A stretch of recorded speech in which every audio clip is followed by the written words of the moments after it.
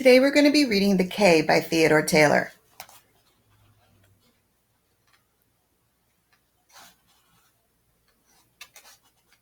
Chapter 1. Like silent, hungry sharks that swim in the darkness of the sea, the German submarines arrived in the middle of the night. I was asleep on the second floor of our narrow, gabled green house in Willemstad on the island of Curacao, the largest of the Dutch islands just off the coast of Venezuela. I remember that on that moonless night in February 1942, they attacked the big Lago oil refinery on Aruba, the sister island west of us.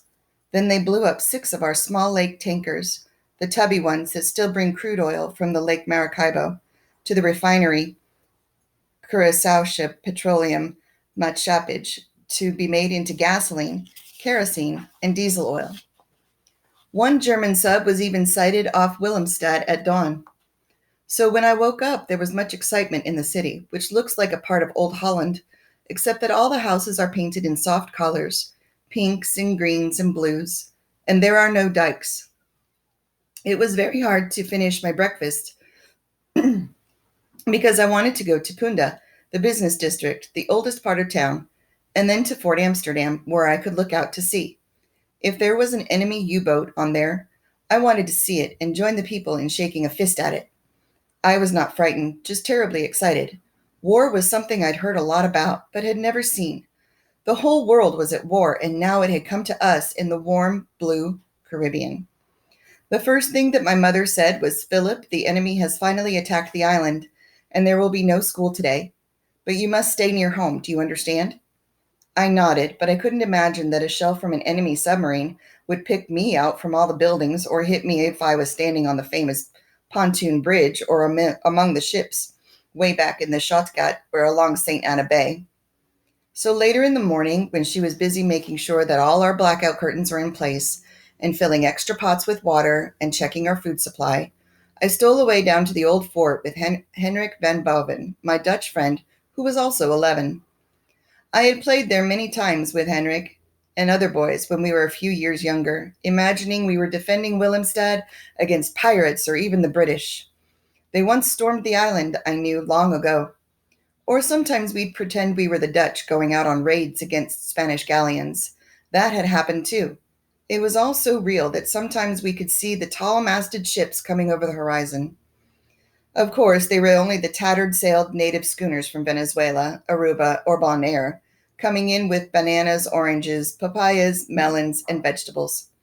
But to us, they were always pirates, and we'd shout to the noisy black men aboard them. They'd laugh and go, "Pow, pow, pow." The fort looks as though it came out of a storybook, with gun ports along the high wall that faces the sea. For years, it guarded Willemstad, but this one morning, it did not look like a storybook fort at all. There were real soldiers with rifles, and we saw machine guns. Men with binoculars had them trained toward the whitecaps, and everyone was tense. They chased us away, telling us to go home. Instead, we went down to the Koningen Emma Brug, the famous Queen Emma pontoon bridge, which spans the channel that leads to the huge harbor, the Schotgat. The bridge is built on floats so that it can swing open as ships pass in or out, and it connects Punda with Otra Banda, which means other side, the other part of the city. The view from there wasn't as good as from the fort, but curious people were there too, just looking. Strangely, no ships were moving in the channel. The veer boats, the ferry boats that shuttled cars and people back and forth when the bridge was swung open, were tied up and empty. Even the native schooners were quiet against the docks inside the channel, and the black men were not laughing and shouting the way they usually did. Henrik said, "My father told me there is nothing left of Aruba. They hit St. Nicholas, you know." "Every lake tanker was sunk," I said. I didn't know if that was true or not, but Henrik had an irritating way of sounding official since his father was connected with the government. His face was round and he was chubby. His hair was straw-colored and his cheeks were always red. Henrik was very serious about everything he said and did. He looked toward Fort Amsterdam. He said, "I bet they put big guns up there now." That was a safe bet. And I said, "It won't be long until the Navy is here." Henry looked at me. "Our Navy?" He meant the Netherlands Navy. "No," I said, "ours," meaning the American Navy, of course. His little navy was scattered all over after the Germans took Holland. Henrik said quietly, "Our Navy will come too." And I didn't want to argue with him. Everyone felt bad that Holland had been conquered by the Nazis. Then an army officer climbed out of a truck and told us all to leave the Queen Emma Bridge. He was very stern. He growled, "Don't you know they could shoot a torpedo up here and kill you all?" I looked out toward the sea again. It was blue and peaceful, and a good breeze churned it up, making lines of whitecaps. White clouds drifted slowly over it, but I couldn't see the usual parade of ships coming toward the harbor, the stubby ones or the massive ones with flags of many nations that steamed slowly up the bay to the Shotgut to load gas and oil. The sea was empty. There was not even a sail on it. We suddenly became frightened and ran home to the Charlot section where we lived. I guess my face was pale when I went into the house because my mother, who was in the kitchen, asked immediately, "Where have you been?" "Punda," I admitted. "I went with Henrik." My mother got very upset. She grabbed my shoulders and shook it. "I told you not to go there, Philip," she said angrily. "We are at war. Don't you understand?" "We just wanted to see the submarines," I said.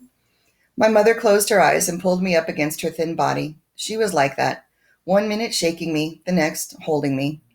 The radio was on, and a voice said that 56 men had died on the lake tankers that were blown up, and that the governor of the Netherlands West Indies had appealed to Washington for help. There was no use in asking Amsterdam. I listened to the sorrowful sound of his voice until my mother's hand switched it off.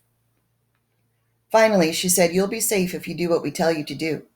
Don't leave the yard again today." She seemed very nervous, but then she was often nervous. My mother was always afraid I'd fall off the seawall or tumble out of a tree or cut myself with a pocket knife. Henrik's mother wasn't that way. She laughed a lot and said, "Boys, boys, boys." Late in the afternoon, my father, whose name was also Philip Enright, returned home from the refinery where he was working on the program to increase production of aviation gas. He'd been up since 2 o'clock, my mother said, and please don't ask him too many questions. They had phoned him that morning to say that the Germans might attempt to shell the refinery and the oil storage tanks, and that he must report to help fight the fires. I had never seen him so tired, and I didn't ask many questions as I wanted to. Until the past year, my father and I had done a lot of things together: fishing or sailing or our small boat, or taking long hikes around Krupp Bay or Cerro Male, or just going out to the Koe, the countryside, together. He knew a lot about trees and fish and birds, but now he always seemed busy. Even on a Sunday, he'd shake his head and say, "I'm sorry, Guy, I have to work." After he had his pint of cold Dutch ale, he had one every night in the living room after he came home, I asked, "Will they shoot at us tonight?" He looked at me gravely and answered, "I don't know, Philip. They might. I want you and your mother to sleep down here tonight, not on the second floor. I don't think you're in any danger, but it's better to sleep down here." How many of them are out there? I thought they might be like schools of fish, dozens maybe. I wanted to be able to tell Henrik exactly what my father knew about the submarines. He shook his head. "No one knows, Philip, but there must be 3 of them around the islands. The attacks were in 3 different places." "They came all the way from Germany?" He nodded. "Or from bases in France," he said, loading his pipe. "Why can't we go out and fight them?" I asked. My father laughed sadly and tapped his long forefinger on my chest. "You'd like that, would you? But we have nothing to fight with them, son. We can't go out in motorboats and attack them with rifles." My mother came in from the kitchen to say, "Stop asking so many silly questions, Philip. I told you not to do that." Father looked at her strangely. He had always answered my questions. "He has a right to know. He's involved here, Grace." My mother looked back at him. "Yes, unfortunately," she said. My mother, I knew, had not wanted to come to Curaçao in the late 1939, but my father had argued that he was needed for the war effort, even though the United States was not at war then. Royal Dutch Shell had borrowed him from his American company because he was an expert in refineries and gasoline production. But the moment she saw it, my mother decided she didn't like Curaçao, and she often complained about the smell of gas and oil whenever the trade winds died down. It was very different in Virginia, where my father had been in charge of building a new refinery on the banks of the Elizabeth River. We'd lived in a small white house on an acre of land with many trees. My mother often talked about the house and the trees, about the change of seasons, and the friends she had there. She said it was nice and safe in Virginia. My father would answer quietly, "There's no place nice and safe right now." I remembered the summers with lightning bugs and honeysuckle smells, the cold winters when the fields would all be brown and would crackle under my feet. I didn't remember too much else. I was only 9 when we moved to the Caribbean. I guess my mother was homesick for Virginia, where no one talked Dutch, and there was no smell of gas or oil, and there weren't as many black people around. Now there was a cold silence between my mother and father. Lately, it had been happening more and more often. She went back into the kitchen. I said to him, "Why can't they use aircraft and bomb the submarines?" He was staring toward the kitchen and didn't hear me. I repeated it. He sighed. "Oh, yes, same answer, Philip. There are no fighting aircraft down here. To tell you the truth, we don't have any weapons." And that's chapter 1.